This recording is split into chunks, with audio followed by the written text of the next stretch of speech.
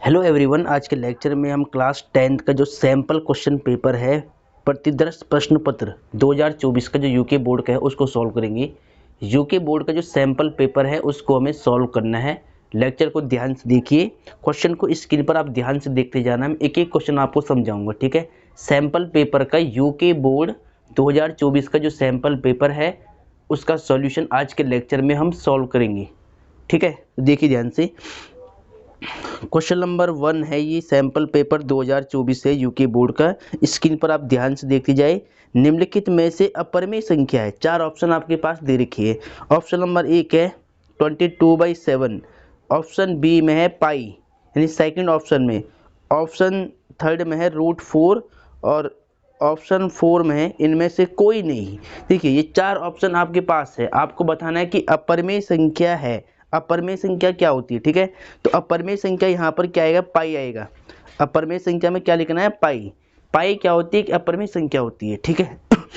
तो देखिए यहाँ पर आंसर कैसे लिखोगे आप। क्वेश्चन नंबर 1 है, ये क्वेश्चन लिखा है निम्नलिखित में से अपरिमेय संख्या है, तो इसका उत्तर क्या आएगा। उत्तर फर्स्ट क्या आएगा, पाई। पाई क्या होती है, एक अपरिमेय संख्या होती है, इस बात का मूल रूप से ध्यान रहे।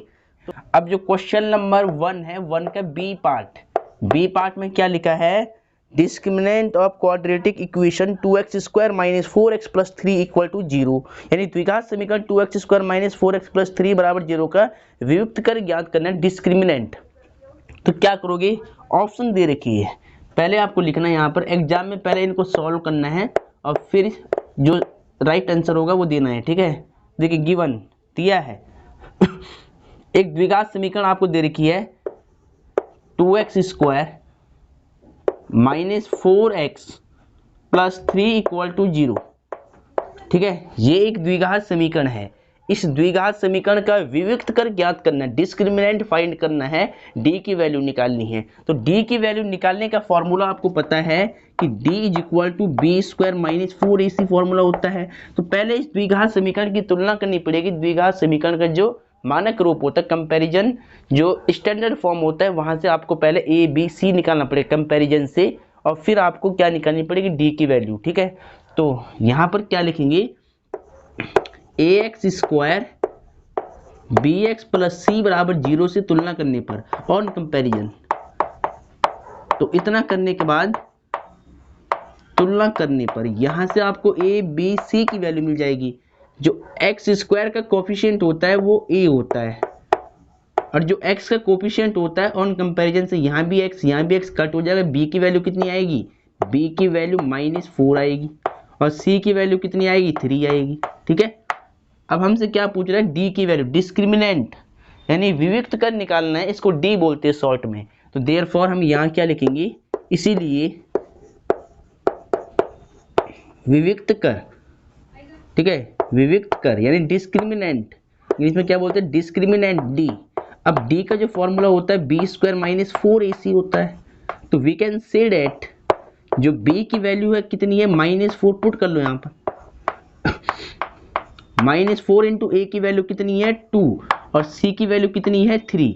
इसको सॉल्व करना है। तो d = -4 का स्क्वायर प्लस का 16 होगा, -4 -4 माइनस प्लस 4 4 16, 4 2 8 और 8 3 24, माइनस का 24। तो d = 24 में से 16 को माइनस करना है, तो कितना आएगा, माइनस का 8, कितना आएगा, 8, ठीक है। और ये क्या हो गया, डिस्क्रिमिनेंट की वैल्यू आ गई है, डिस्क्रिमिनेंट यानी विविक्त कर। अब देखिए ऑप्शन, देखिए पहले ध्यान से।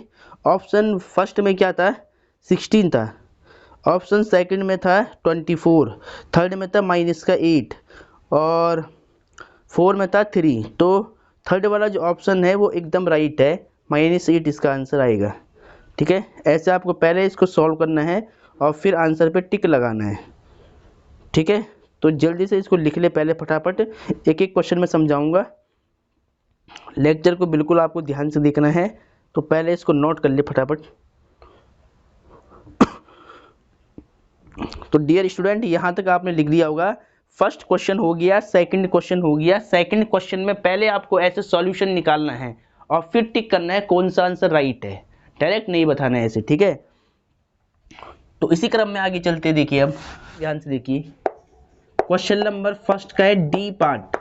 इसमें देखिए क्या लिखा है, बहुपद एक्स स्क्वायर माइनस 3 के शून्यकों का गुणनफल होगा, product zero of the polynomial x square minus 3 will be. यानी इस जो बहुपद दिया है, एक द्विघात बहुपद दिया हुआ है, इसके शून्यकों का गुणनफल आपको फाइंड करना है, प्रोडक्ट आपको निकालना है। ठीक है, तो कैसे निकालोगे प्रोडक्ट को, देखिए ध्यान से।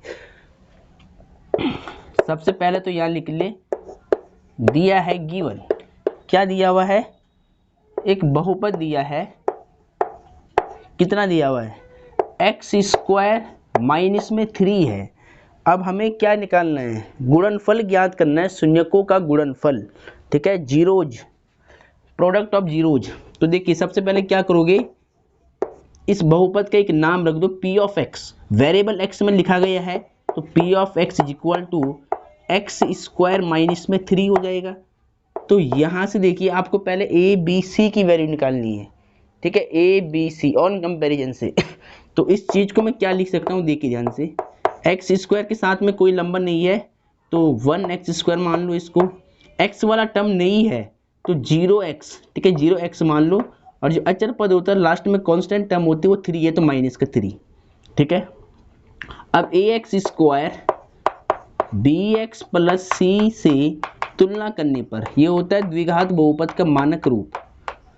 क्या होता है, द्विघात बहुपद का मानक रूप होता है। यहाँ से आपको a की वैल्यू कितनी मिल जाएगी, 1। ऑन कंपैरिजन a की वैल्यू कितनी है, 1।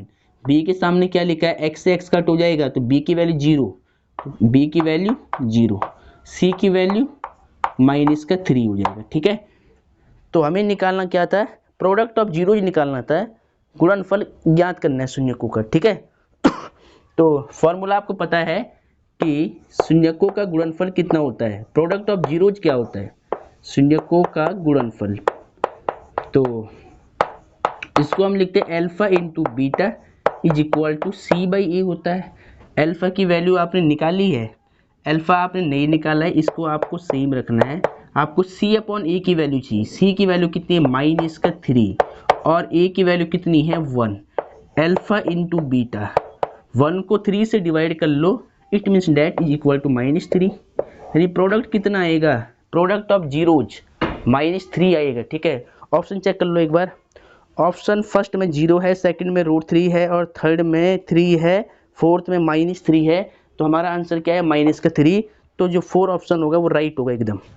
ठीक है, ऑप्शन 4 क्या होगा, बिल्कुल राइट होगा।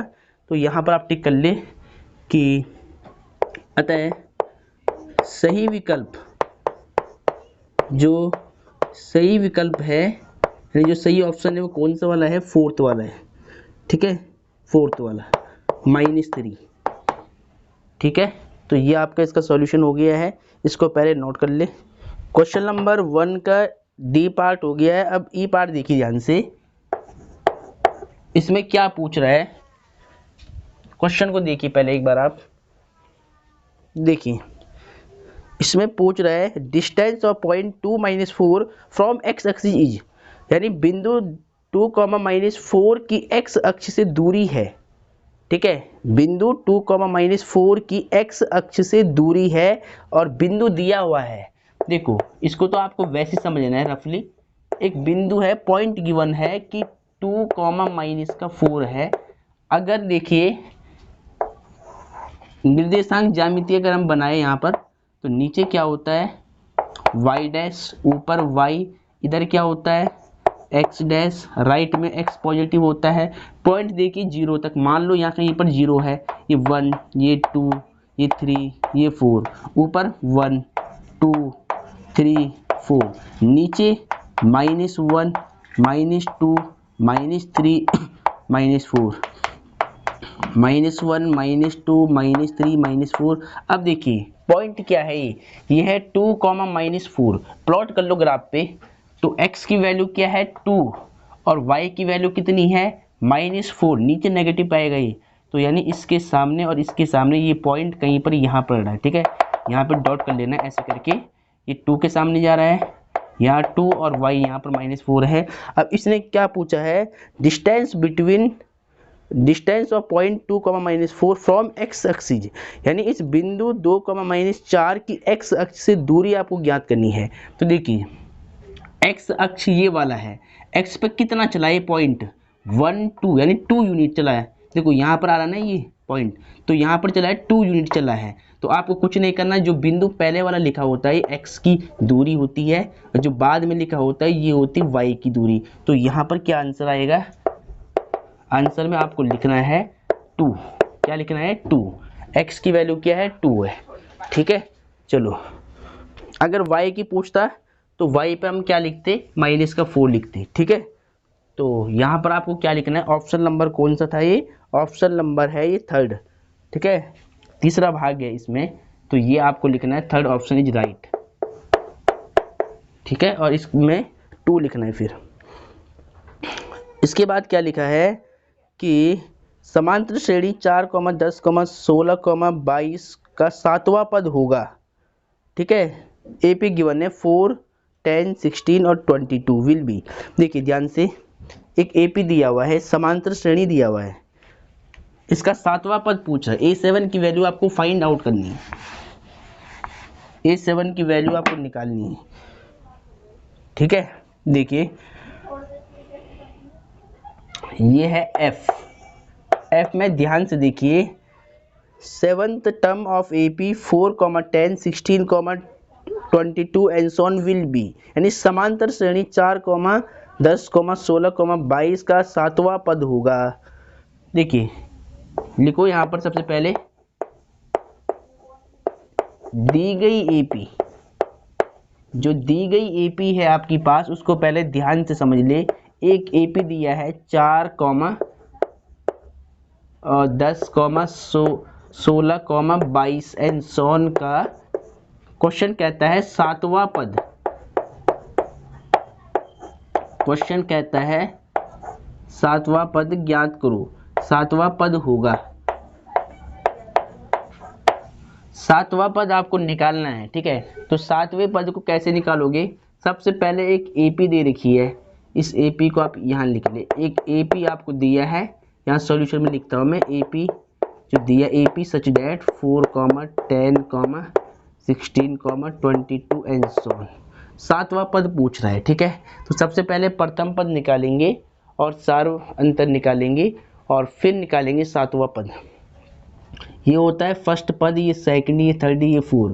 प्रथम पद A1 कितना है 4, द्वितीय पद A2 कितना है 10। इसीलिए सर्वांतर कॉमन डिफरेंस D, फॉर्मूला क्या होता है A2 माइनस में A1। तो A2 कितना है, देखिए A2 है 10, A1 कितना है 4, माइनस कर लो, 10 में से 4 जाएगा तो कितना बचेगा 6। तो सही सार्वंतर कितना है, सार्वंतर 6 आ गया है। अब आपको 7वां पद निकालना। 7वें पद का सूत्र क्या होता है, देखिए 7वां पद का मतलब होता है A7। इसका जो फॉर्मूला होता है A प्लस में 6D ये होता है। ठीक है, A की वैल्यू कितनी है, A की वैल्यू है 4, A1 को ही A बोलती है, प्लस में 6, D की वैल्यू कितनी है, कॉमन डिफरेंस 6, D की वैल्यू कितनी है 6, यहाँ पर फिल कर दी 4, 6 से कितना होगा 36, प्लस कर लो कितना आएगा, दोनों को 40 आएगा। तो 7वां पद कितना होगा 40 होगा। आंसर में देख लो, ऑप्शन में देख लो, ऑप्शन नंबर 3rd इसका राइट ऑप्शन है। ठीक है, राइट आंसर है बिल्कुल। निश्चित घटना की प्रायिकता है, निश्चित घटना की प्रायिकता 1 होती है, जो घटना के भी घटित हो सकती है उसकी प्रायिकता क्या होती है 1। असंभव घटना की प्रायिकता पूछता तो 0 होती है, निश्चित घटना या संभव घटना की प्रायिकता का मान 1 होता है, ये आपको याद रखना है।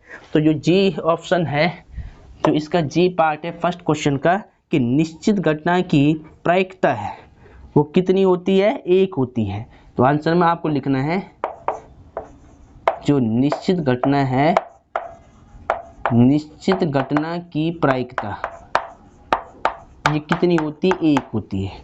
तो जो ऑप्शन है इसमें जी वाले में 3rd option is right option है।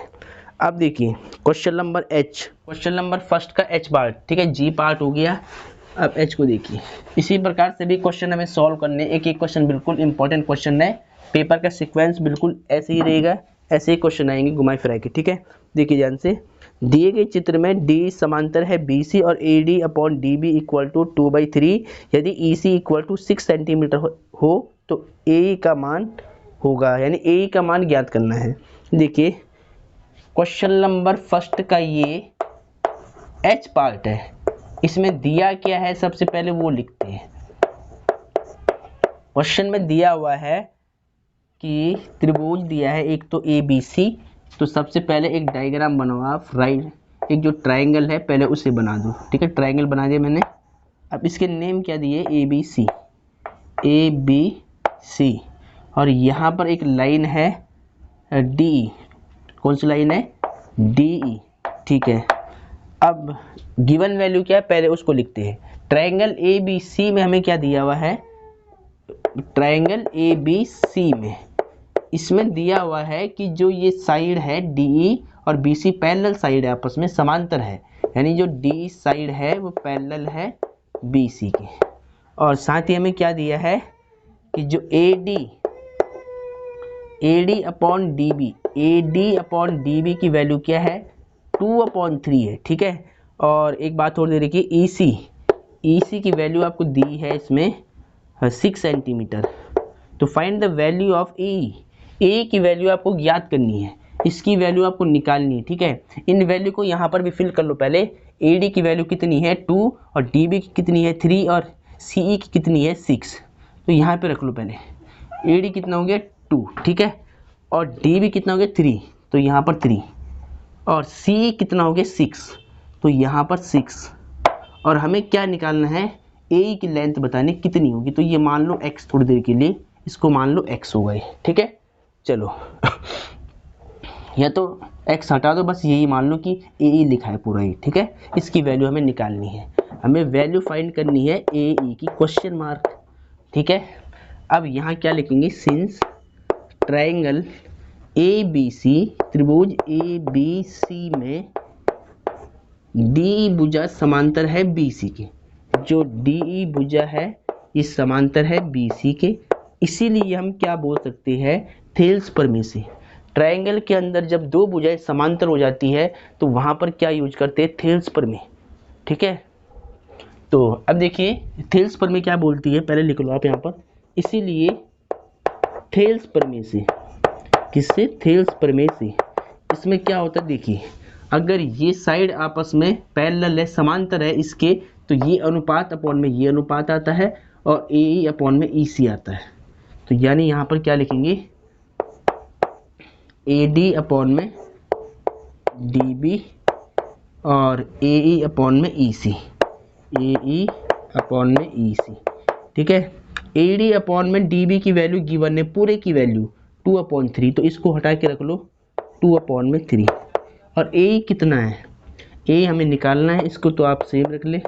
और EC कितना है, EC की वैल्यू 6 है, ठीक है। कट कर लो, 3 1 जा 3 और 3 2 जा 6, कितना बचेगा 2/1, लेफ्ट साइड में 2/1 और राइट में AE अपॉन में 2, क्रॉस मल्टीप्लाई कर लो, AE 1 जा AE और 2 2 जा 4, तो 4 सेंटीमीटर जो लेंथ ऑफ AE है, AE की जो लंबाई है ये वाली, ये कितनी होगी 4 सेंटीमीटर, ठीक है।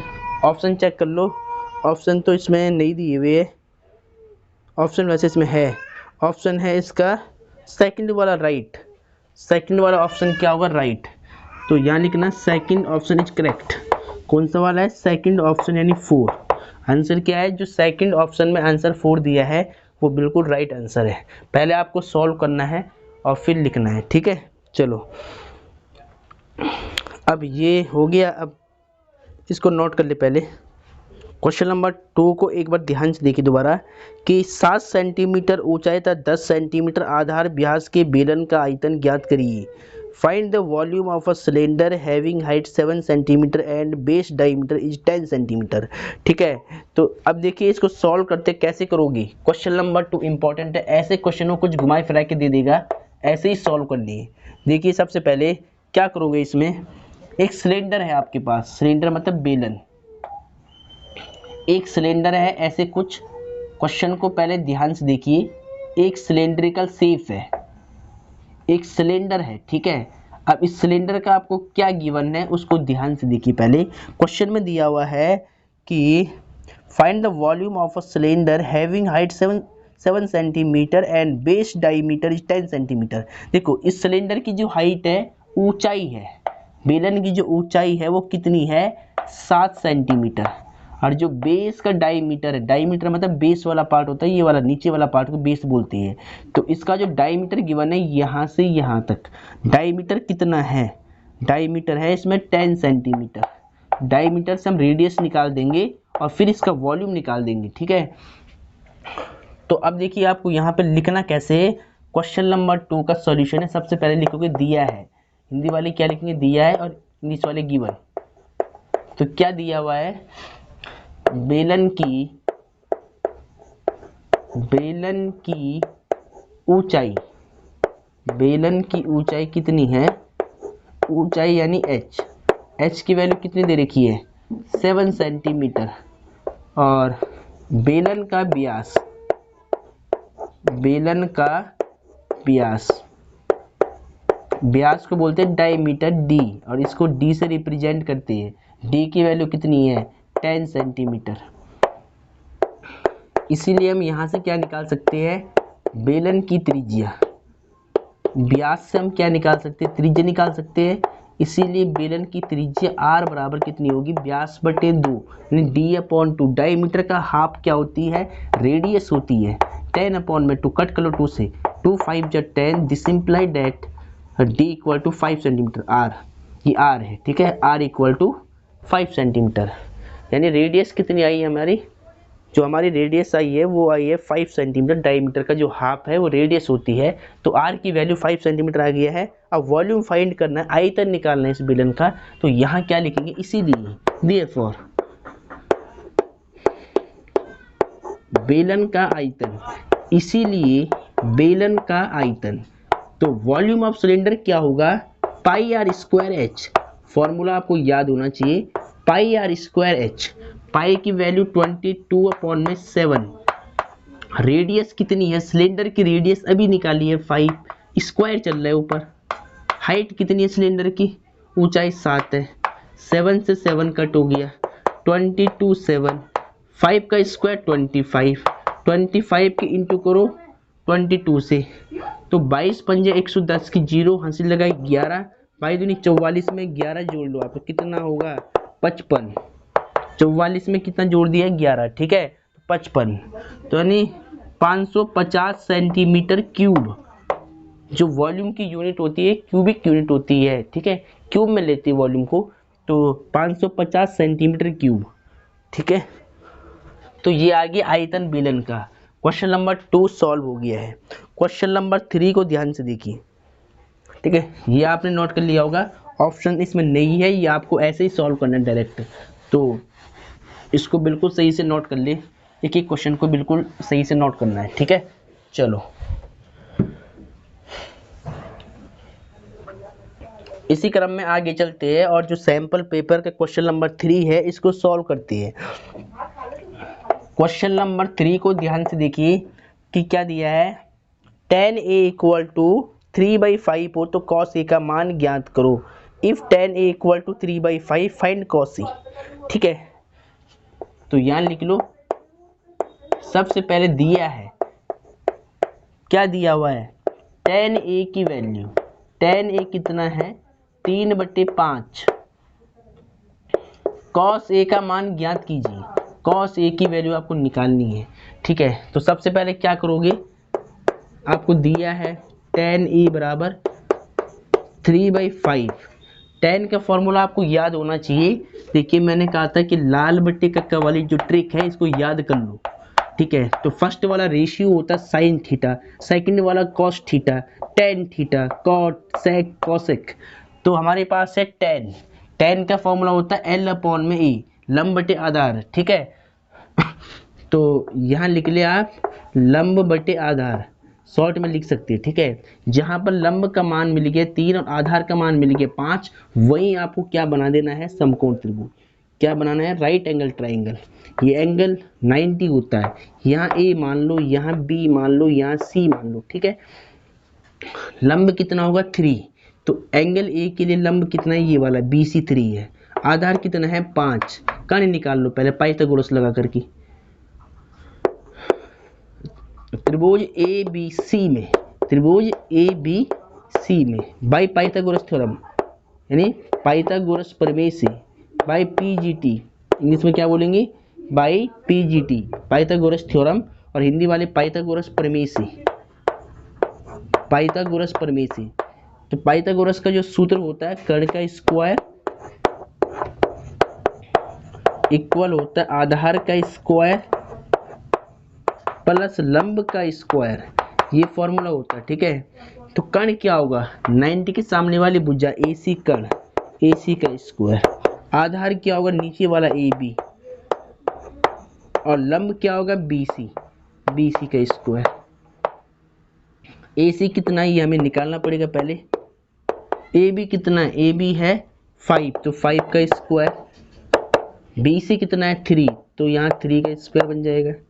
AC का स्क्वायर बिल्कुल सेम रहेगा, 5 का स्क्वायर 25 और 3 का स्क्वायर 9। ऐड कर लो कितना होगा, 25 में 9 ऐड कर लो तो 34, ठीक है। स्क्वायर हटेगा यहाँ से तो यहाँ रूट आएगा, तो we can see that AC is equal to √34। अब इसको रूट से बाहर नहीं निकाल सकते हैं, ठीक है, तो आपको यहीं पे लिखना है। ये हो गया AC, रूट के अंदर 34 हो गया, ठीक है। अब आपसे क्या पूछा था, आपसे पूछा था cos A का मान, cos A की वैल्यू पूछी थी। cos का सूत्र क्या होता है, आधार बटे कर्ण होता है, A/K, मतलब क्या है, आधार बटे कर्ण। शॉर्ट में लिख सकते A/K, मैं यहाँ फुल फॉर्म में लिख रहा हूँ, आधार बटे कर्ण।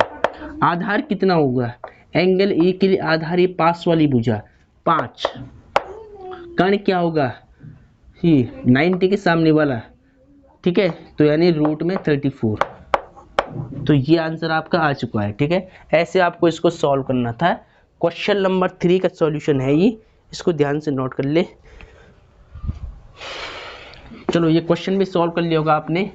इसी क्रम में हम सभी क्वेश्चन आपको समझाएंगे, ठीक है। तो ये सैम्पल पेपर है यूके बोर्ड का, इसको रिपीट कर ले, एक एक क्वेश्चन आपको कॉपी में नोट करने हैं बिल्कुल सही से, ठीक है। चलो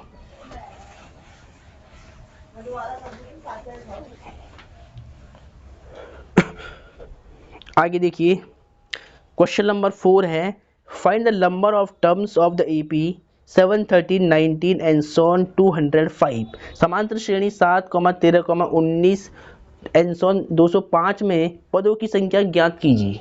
पदों की संख्या, नंबर ऑफ टर्म्स आपको फाइंड आउट करनी है, ठीक है। तो देखिए 1 मार्क्स से क्वेश्चन है, ये भी क्वेश्चन नंबर है ये 4, सैंपल पेपर का 4 क्वेश्चन है ये।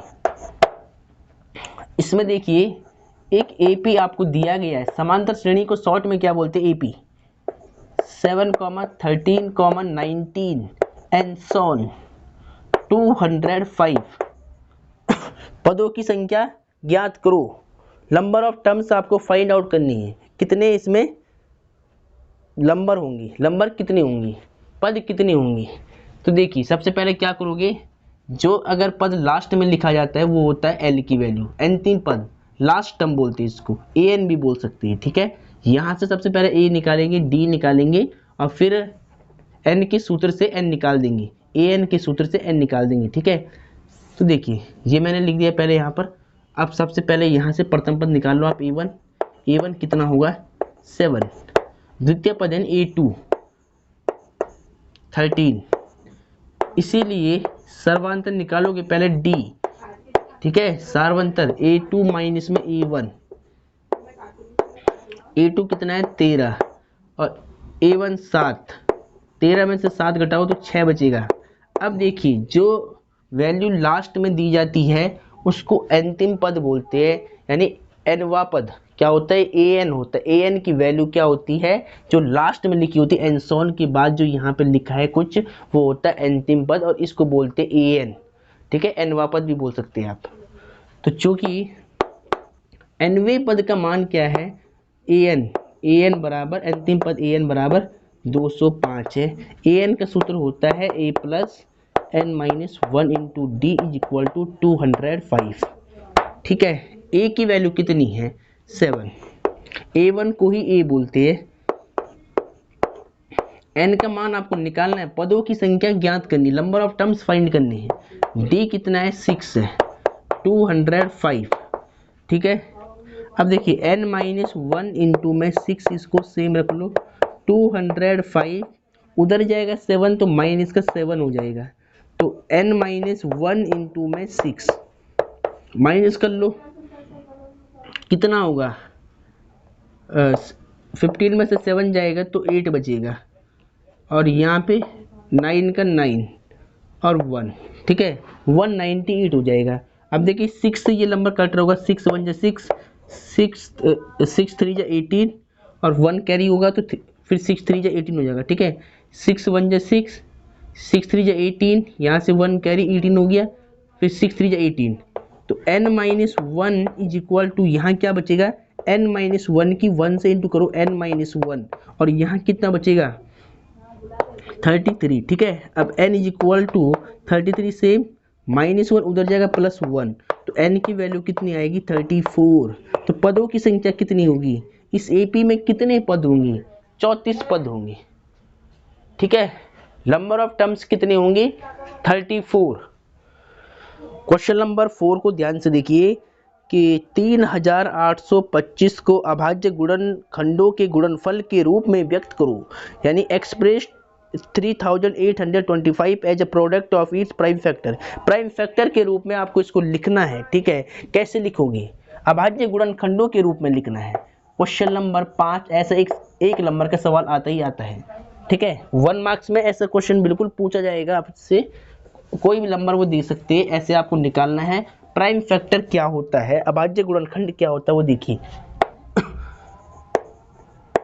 3825 दिया हुआ है, कैसे निकालोगे साइड में देख लो। पहले सबसे पहले ऐसे एलसीएम जो आप निकालते हो इसी को बोलते हैं प्राइम फैक्टराइजेशन, अभाज्य गुणनखंड।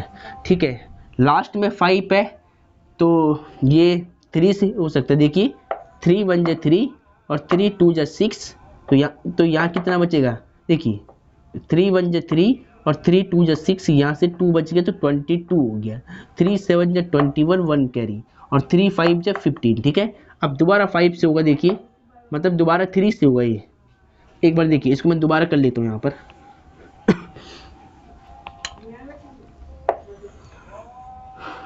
देखिए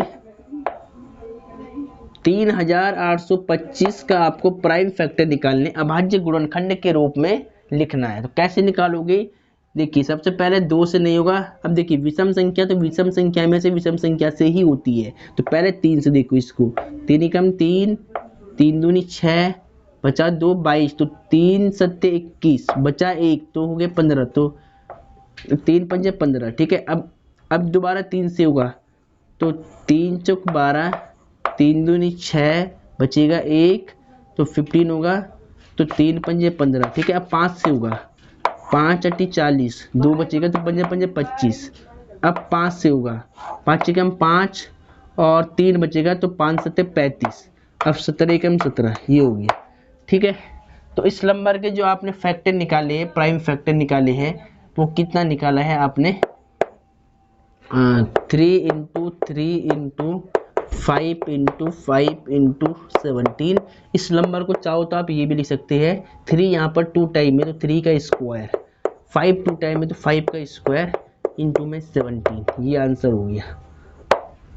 ठीक है, तो ये भी आपको फेयर में लिखना है, ये काम भी आपको फेयर में ही करना है।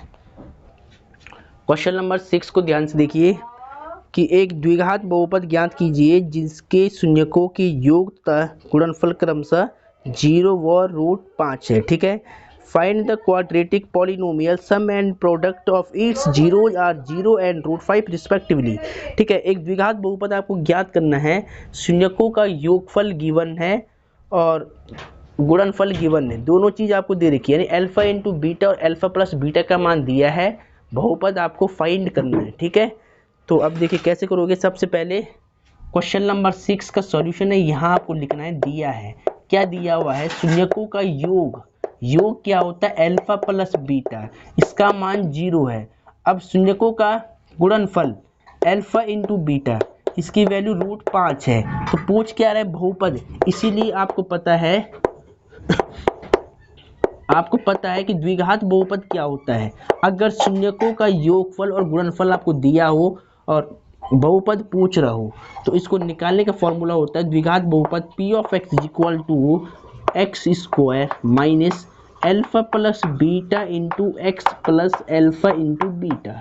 ठीक है, अब देखिए p of x equal to x square से अल्फा प्लस बीटा की वैल्यू कितनी है, 0, इंटू में क्या चल रहा है, x, अल्फा इंटू बीटा कितना है, √5, तो यहाँ पर √5 पुट कर लो। तो therefore p of x equal to x square into कर लो, यहाँ पर x इंटू 0 0 हो जाएगा ये पूरा, और रूट में 5। ठीक है, अब देखिए p of x equal to x square, ये 0 तो हटा दो आप, खाली क्या बचेगा, एक्स स्क्वायर और रूट में 5। तो ये आ गया द्विघात बहुपद जो हमें चाहिए था। ठीक है, जो बहुपद हमको निकालना था वो क्या हो गया, एक्स स्क्वायर प्लस में √5 हो गया। ठीक है, तो ऐसे इसको नोट करना था, इसको बिल्कुल सही से लिख ले, क्वेश्चन इंपॉर्टेंट है। तो ये आपने नोट कर लिया होगा, बहुपद पूछा था, योगफल दिया हुआ था, गुणनफल दिया हुआ था, ये सूत्र आप एक याद कर लो। ठीक है, बस यहाँ अल्फा प्लस बीटा की वैल्यू 0 रख दी है, अल्फा इंटू बीटा की वैल्यू √5 रख दी है, बस इसको सॉल्व किया है तो हमें क्या मिला, एक्स स्क्वायर प्लस में √5 मिल गया, और यही हमारा आंसर हो गया। आगे चलिए, एक एक नंबर वाले जितने भी क्वेश्चन है वो आज के लेक्चर में सॉल्व कर लेंगे। ठीक है, लेक्चर इंपॉर्टेंट है, एक एक क्वेश्चन आपको बिल्कुल सही से अपनी फेयर कॉपी में नोट कर लेने हैं। ऐसे ही क्वेश्चन आएंगे एग्जाम में, बिल्कुल सेम ऐसे ही क्वेश्चन आएंगी, तो फॉर्मेट आपको पहले यहाँ से समझ लेना है। ठीक है, तो अब क्वेश्चन नंबर लिखा है 7 कि right the relationship between mean, median and mode, यानी माध्य, माध्यक और बहुलक में संबंध लिखिए। ठीक है, right the relationship between mean, median and mode. तो क्वेश्चन नंबर 7 को स्क्रीन पर ध्यान से देखिए, क्या कहता है कि माध्य, माध्यक और बहुलक में संबंध लिखिए। तो ये मोस्ट इंपॉर्टेंट क्वेश्चन है, इसके बेस पे न्यूमेरिकल भी आते हैं, इसके बेस पे न्यूमेरिकल भी आते हैं। तो पहले मैं क्वेश्चन लिख रहा हूँ शॉर्ट में यहाँ पर, माध्य, माध्यक और बहुलक, माध्य, माध्यक और बहुलक, माध्य, माध्यक, माध्य, माध्यक और बहुलक में संबंध। प्यारे बच्चों, ये क्वेश्चन काफी इंपॉर्टेंट है, मोस्ट इंपॉर्टेंट। ठीक है, तो क्वेश्चन क्या कहता है कि relationship, right the relationship between mean, median and mode, यानी माध्य, माध्यक और बहुलक में संबंध लिखिए। तो संबंध क्या होता है देखिए, 3 इंटू माध्यक, ऐसे लिखना है, 3 माध्यक इज इक्वल टू बहुलक प्लस 2 माध्य, 3 माध्यक इज इक्वल टू बहुलक प्लस 2 माध्य, ये संबंध होता है। अब बोर्ड एग्जाम में कई साल से रिपीट है ये क्वेश्चन 1 मार्क्स में, कि माध्य, माध्यक, बहुलक में संबंध लिखिए। तो क्या होता है, 3 इंटू माध्यक इज इक्वल टू बहुलक प्लस 2 माध्य, यानी 3 into median is equal to mode plus में 2 मीन। ठीक है, और इस फॉर्मूले को कई बुकों में ये लिखा जाता है कि ये देखिए बहुलक यहीं पर आएगा, 2 माध्य जब इधर आएगा लेफ्ट में तो माइनस बन जाएगा, तो यानी बहुलक का मान, ऐसे भी आप इसको लिख सकते हैं, बहुलक इज इक्वल टू, जब ये वाली वैल्यू लेफ्ट साइड में आएगी तो माइनस बनेगी, तो 3 इंटू माध्यक, ये पहले से था इधर, 3 इंटू माध्यक माइनस में 2 माध्य। तो अब देखिए ध्यान से, ये भी संबंध है, माध्य, माध्यक, बहुलक में ये भी संबंध है, बहुलक इज इक्वल टू 3 इंटू माध्यक माइनस 2 माध्य। ठीक है, या तो ये लिख लो या तो ये लिख लो, एक ही बात है। ये क्वेश्चन हर साल रिपीट है, इसको सही से नोट कर ले पहले। ठीक है, तो ये आपने लिख लिया होगा, माध्य, माध्यक, बहुलक में संबंध आपने लिख दिया होगा, ये इंपॉर्टेंट है, काफ़ी इंपॉर्टेंट है, इसको रफ कर लेते हैं। देन अब आगे चलते हैं, 10 क्वेश्चन तक हम कर लेंगे आज के लेक्चर में, बाकी फिर अगले लेक्चर में मैं आपको समझाऊंगा कल। वरना लेक्चर लंबा हो जाएगा। देखिए क्वेश्चन नंबर 8 को ध्यान से देखिए। क्वेश्चन नंबर 8 क्या कहता है बेसिकली कि what is the value of 9 sec square A minus 9 tan square A, यानी 9 sec square A minus 9 tan square A का मान क्या होगा। ठीक है, 9 sec स्क्वायर ए माइनस में 9 tan स्क्वायर ए का मान पूछ रहा है, इसकी वैल्यू क्या होनी चाहिए। ठीक है, अब देखिए इसको मैं सॉल्व कर रहा हूँ यहीं से हल सॉल्यूशन से। 9 sec स्क्वायर ए माइनस में 9 tan स्क्वायर ए की वैल्यू आपको निकालनी है, तो कैसे निकालोगे। sec स्क्वायर ए का फॉर्मूला आपको पता है कि sec स्क्वायर ए का फॉर्मूला होता है 1 प्लस में tan स्क्वायर ए। तो यहाँ पर क्या करना, देखिए 9 को मल्टीप्लाई में बाहर कर दो, sec स्क्वायर ए की वैल्यू 1 प्लस tan स्क्वायर ए पुट कर लो, 1 प्लस में tan स्क्वायर ए पुट कर लो, माइनस में 9 tan स्क्वायर ए मल्टीप्लाई करा दो ब्रैकेट के अंदर। तो देयरफॉर 9 का पहले 1 से होगा तो 9, 9 का 10 से मल्टीप्लाई होगा तो 9 इंटू में tan स्क्वायर ए और माइनस में 9 इंटू tan स्क्वायर ए, माइनस प्लस की वैल्यू कट जाएगी तो we can say that value कितनी बचेगी 9। तो क्या आंसर आएगा इसका 9 आएगा। इस पूरे की वैल्यू कितनी होगी 9 होगी। ठीक है, चलो इसको बिल्कुल सही से नोट कर ले, क्वेश्चन काफ़ी इंपॉर्टेंट है, इस क्वेश्चन को बिल्कुल सही से नोट करना है। ठीक है, ऐसे क्वेश्चन लंबा चेंज हो सकते हैं लेकिन फॉर्मेट क्वेश्चन को करने का यही रहेगा। तो आई होप आपने एक क्वेश्चन नोट कर लिया होगा। अब इसको मैं रफ कर लेता हूँ। ठीक है, एक एक क्वेश्चन आपको बिल्कुल ध्यान से सीख लेना, कॉन्सेप्ट को पहले सीख लेना कि सवाल में क्या हो रहा है। ठीक है, देखिए क्वेश्चन नंबर 9 को स्क्रीन पर ध्यान से देखिए आप। क्वेश्चन नंबर 9 देखिए कि बिंदुओं a, b तथा -a, -b के बीच की दूरी ज्ञात कीजिए। Find the distance between point a, b and -a, -b। इन दोनों बिंदुओं के बीच की दूरी आपको फाइंड आउट करनी है, 1 मार्क्स के क्वेश्चन है। कैसे करोगे, देखिए 2 बिंदु दिए हैं, सबसे पहले आपको डायग्राम बनाना है। एक बिंदु यहाँ मान लो ये और एक बिंदु मान लो इधर है, इन दोनों को ज्वाइन कर दो ऐसे। इसको मान लो ए बिंदु, इसको मान लो बी बिंदु। फर्स्ट वाला पॉइंट क्या था, इसको यहाँ पे रख दो आप ए और ये बी। ठीक है, देखिए फर्स्ट वाला पॉइंट है कि a, b और दूसरा वाला -a, -b। इन दोनों बिंदुओं के बीच की दूरी आपको फाइंड करनी है। Find the distance between point a, b and -a, -b। ठीक है, देखिए आपको पता है आपको क्या लिखना है, 2 बिंदुओं के बीच की दूरी का सूत्र, डिस्टेंस फॉर्मूला। ठीक है, तो यहाँ क्या लिखेंगे, 2 बिंदुओं के बीच की दूरी, ऐसे आपको लिखना है पहले हेडिंग में, 2 बिंदुओं के बीच की दूरी, डिस्टेंस बिटवीन 2 पॉइंट।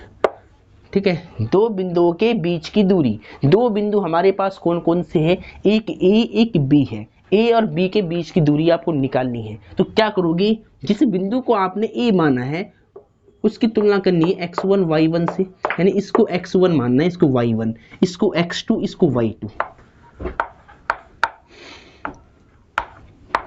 ठीक है, पहले वाले बिंदु को x1 y1 बोलेंगे, दूसरे वाले बिंदु को x2 y2 बोलेंगे। ठीक है, अब दूरी सूत्र क्या कहता है, देखिए ए बी के बीच की दूरी आपको निकालनी, A B is equal to root के अंदर फॉर्मूला होता है प्यारे बच्चों, x2 - x1 का whole square plus y2 - y1 का whole square. A B is equal to x2 कितना है, देखिए x2 की वैल्यू है माइनस का a, x1 कितना है a, ऊपर स्क्वायर, y2 कितना है माइनस का b, y1 कितना है b। इसको सॉल्व करना है तो A B is equal to, देखिए ध्यान से, माइनस माइनस प्लस, माइनस से माइनस का 2a square plus minus minus plus minus B minus का 2b। ठीक है, A B is equal to, देखिए -2 का स्क्वायर 4, a का a स्क्वायर, -2 का स्क्वायर 4, b का b स्क्वायर।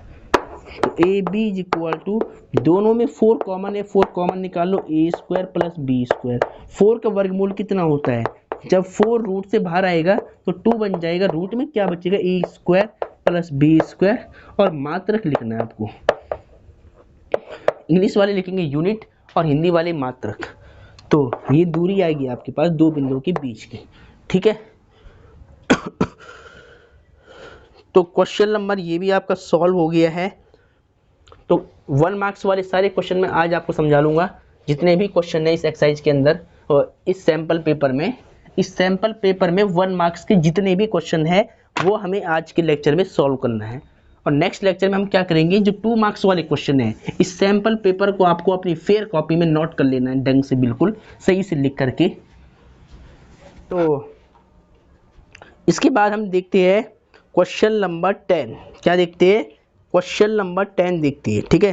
क्वेश्चन नंबर 10 को स्क्रीन पर ध्यान से देखिए कि given that HCF 336,54 is equal to 6 और फाइंड LCM 336,54, यानी दो संख्या आपको दे रखी है, उनका HCF है, ठीक है, 9 दिया है, इन दोनों संख्याओं का LCM ज्ञात करना है। ऐसे क्वेश्चन में बोर्ड एग्जाम में आता ही आता है। देखिए क्वेश्चन नंबर है 10, दो संख्या, देखिए क्या लिखा है क्वेश्चन, HCF 336,54 बराबर 6 दिया है और LCM 336,54 का ज्ञात करना है, ठीक है। तो यानी क्या है, given that HCF 336,54 is equal to 6, find LCM 336,54, यानी दो संख्या, देखिए 2 नंबर्स है। सबसे पहले आपको एग्जाम में कैसे लिखना है, फॉर्मेट में दिया है, ऐसे करके आप लिखोगे, वहां पर जाकर के दिया है, क्या दिया है, HCF किसका, दो संख्या यानी 336,54, इन दोनों संख्याओं का जो HCF है, हाईएस्ट कॉमन फैक्टर है, महत्तम समापवर्तक है, वो कितना है, वो है 6। और आपको निकालना है इन दोनों संख्याओं का LCM। तो बाहर क्या लिखेंगे, LCM 336, ठीक है, 336 और 54 का, इन दोनों संख्याओं का आपको क्या निकालना है, LCM निकालना है, LCM क्वेश्चन मार्क, ठीक है। इन दो संख्याओं का HCF, हाईएस्ट कॉमन फैक्टर है 6, इन दोनों संख्याओं का LCM यानी लोवेस्ट कॉमन मल्टीपल, वो आपको फाइंड करना है, यानी लघुत्तम समापवर्तक आपको निकालना है। इसके लिए आपको सूत्र याद होना चाहिए कि हम जानते हैं कि वी नो डेट पहली संख्या गुणा में दूसरी संख्या, पहली संख्या गुणा में दूसरी संख्या बराबर होता है, इनका गुणनफल होता है HCF गुणा में LCM के बराबर, ठीक है। सूत्र क्या है कि पहली संख्या गुणा दूसरी संख्या is equal to HCF into LCM। पहली संख्या कौन सी होगी, दोनों सेम है, या तो ये मान लो फर्स्ट, ये मान लो सेकंड, ठीक है। तो 336 है पहली संख्या हमारे लिए, दूसरी कौन सी, 54 है। HCF, इन दोनों संख्याओं का HCF 6 दिया हुआ है, इन दोनों संख्याओं का LCM हमें निकालना नहीं पता, तो LCM का LCM रहेगा, ठीक है। अब सुनिए ध्यान से, 6 1 जा 6 और 6 9 जा 54, 6 9 54, तो कितना बचेगा, देखिए 9 का इंटू करो यहाँ पर आप, तो 336 गुणा में 9 और इधर बच गया LCM। इसको सॉल्व कर लो, 9 6 54, ठीक है, 9 6 54 का 4, हाथ से लगाई 5, 9 3 27, 27 और 5 कितना होगा, 32 का 2, हाथ से लगाए 3, 9 3 27 और 3 30, ठीक है, ठीक है। अब देखिए इन दोनों संख्याओं का जो LCM है वो कितना आया है, साइड चेंज कर लो, LCM इज इक्वल टू 3024, ठीक है। इन दोनों संख्याओं का LCM ये आ चुका है, ऐसे आपको फाइंड आउट करना था,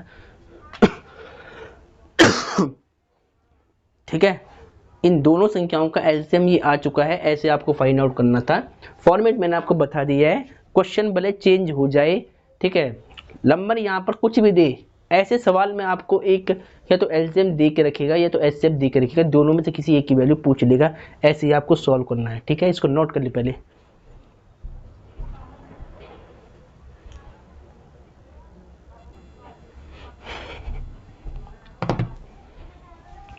प्यारे बच्चों, आज के लेक्चर में हमने क्लास 10th का जो यूके बोर्ड प्यारे बच्चों, आज के लेक्चर में हमने जो क्लास 10th का यूके बोर्ड का सैम्पल क्वेश्चन पेपर था वो सॉल्व किया है। उसके जो क्वेश्चन नंबर 1 से 10 तक थे, जितने भी 1 मार्क्स वाले क्वेश्चन थे वो आज के लेक्चर में हमने सॉल्व कर ली है।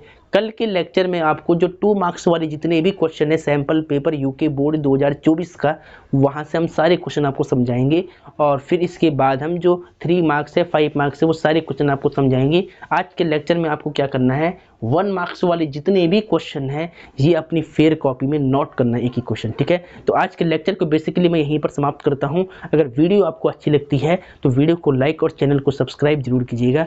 जय हिंद, जय भारत, वंदे मातरम।